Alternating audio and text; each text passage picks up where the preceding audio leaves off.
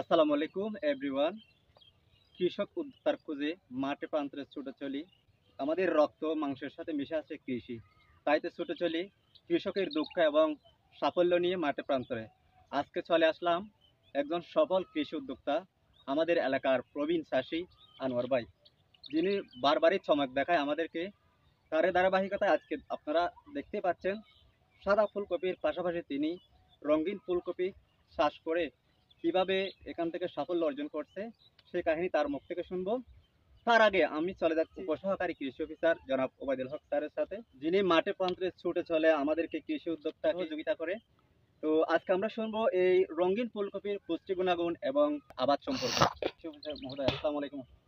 ওয়ালাইকুম সালাম। তাহলে আপনি আমাদেরকে জানাবেন যে এই ফুলকপিতে কোন ধরনের পুষ্টিগুণ রয়েছে এবং এটার চাষাবাদ সম্পর্কে। রঙিন ফুলকপি এটাতে রয়েছে অনেক পুষ্টি গুণাগুণ। আসলে বিশেষ করে আছে বিটা ক্যারোটিন। এটা আমাদের শরীরে গিয়ে ভিটামিন এতে রূপান্তরিত হয়, যা রাতকানা রোগের জন্য খুবই একটা উপকারী।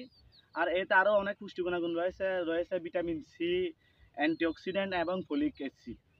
তো এটা আসলে রঙিন ফুলকপি একটি অসম্ভব লাভজনক একটা ফসল। আমরা সচরাচর সবাই সাদা ফুলকপি খেয়ে থাকি।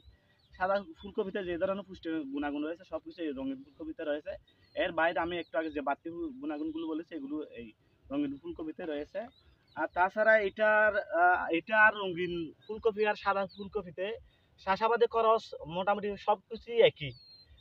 এখানে কোনো বাড়তি খরচ নাই, কিন্তু রঙিন ফুলকপিতে সাদা ফুলকপির তুলনায় লাভবান বেশি, যেহেতু এটা দেখতে খুবই সুন্দর চমৎকার।